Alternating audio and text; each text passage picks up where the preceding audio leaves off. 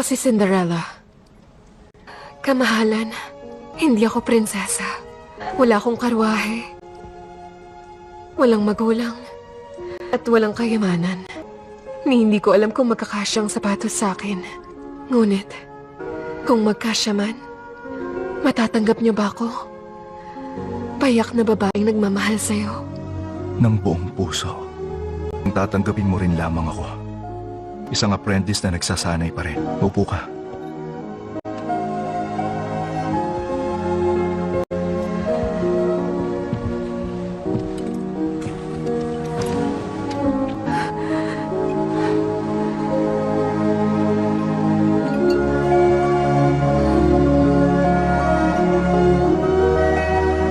Tayo na.